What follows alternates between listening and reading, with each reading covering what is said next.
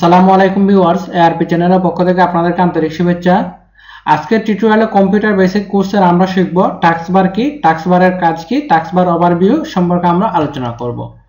আমাদের কম্পিউটারের এই যে আপনারা দেখতে পাবেন, কম্পিউটারটা ওপেন করার পর নিচে একটা এরকম হাইলাইট আকারে থাকে ডিসপ্লেতে। আমাদের যেটা ডিসপ্লে আছে, ডিসপ্লে থেকে একটু তুলনামূলকভাবে হাইলাইট আকারে থাকে, এটাকে বলা হয় আমাদের টাস্কবার। তো আজকের টিউটোরিয়ালে আমরা সেটাই শিখব, টাস্কবার কি, এর কাজ কি। এখানে বিভিন্ন সফটওয়্যার রাখা যায়। তারপর আপনারা এখানে দেখবেন একটা নোটিফিকেশন এরিয়া আছে, আর এখানে আপনার স্টার্ট মেনু বাটন আছে। তো এই টাস্কবারেরও একটা কিন্তু কাজ আছে। তো আজকের টিউটোরিয়ালে আমরা সেটাই শিখব।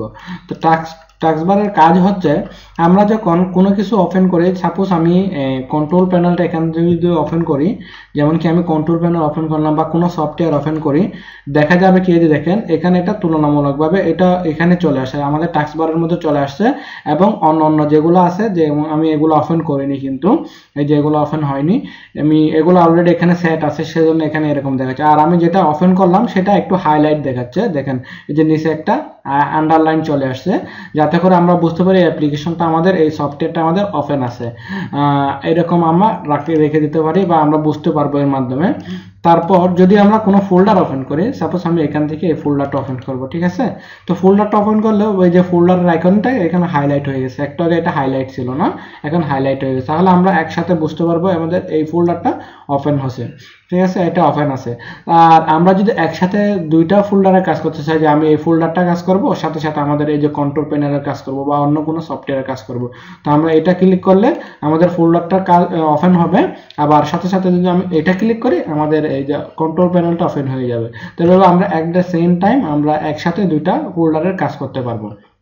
তো এভাবে আপনারা এই কন্ট্রোল ট্যাব কিবোর্ডের মাধ্যমে বা আপনার মাউসের এভাবে ক্লিক করার মাধ্যমে আপনি এগুলাকে একটা থেকে আরেকটাতে সুইচ করতে পারেন, বা আমি একটা কাজ করতেছি আর একটাতে চলে যেতে পারবো। দেন আমরা মনে করো এটা এখন এইভাবে আমি যখন মিনিমাইজ করব, তাহলে এইভাবে কাজের ফাঁকে আমরা মিনিমাইজ করলে এটা এখানে থেকে যাবে, ক্লোজ হবে না, এটা আন্ডারলাইন আকারে থেকে যাবে, এটা আমাদের টাস্কবারের মধ্যে। তো দ্বিতীয়বার যখন আমাদের কাজ করার প্রয়োজন হবে, আবার এইভাবে ওপেন করব। আর আমরা যদি কাজ শেষে আমরা এটাকে ক্লোজ করে দিব। ক্লোজ করার পরে দেখা যাবে কি আমাদের এখানে এই যে এটা এখান থেকে হাইলাইটটা চলে গেছে, এটা সফটওয়্যারটা ক্লোজ হয়ে গেছে। তারপর হচ্ছে আমাদের এখানে আপনারা দেখতে পাবেন এখানে একটা স্টার্ট মেনু আছে। এটা তো আমরা সবাই মোটামুটি জানি, আমি আগের টিউটোরিয়ালগুলোতে দেখিয়েছিলাম, এটাকে বলা হয় স্টার্ট মেনু। স্টার্ট মেনুতে আমরা যতগুলো অ্যাপ্লিকেশন ইনস্টল করব, কম্পিউটার যেগুলা ইনস্টলার যেগুলা অ্যাক্সেসরিজ থাকবে, সবগুলো এখানে থাকবে। তারপর আপনারা দেখতে পাবেন কম্পিউটারের একদম এই যে এই রাইট সাইডে একটা এরিয়া থাকবে, এটাকে বলা হয় নোটিফিকেশন এরিয়া।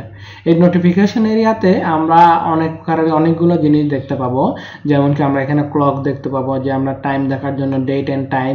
অ্যান্ড আপনার যদি উইন্ডোজ 10 হয়ে থাকে, এখানে যে মেসেজ এরিয়া আসবে, মেসেজ নোটিফিকেশন, আপনার কম্পিউটারে যদি কোনো মেসেজ আসে সেটা এখানে চলে আসবে।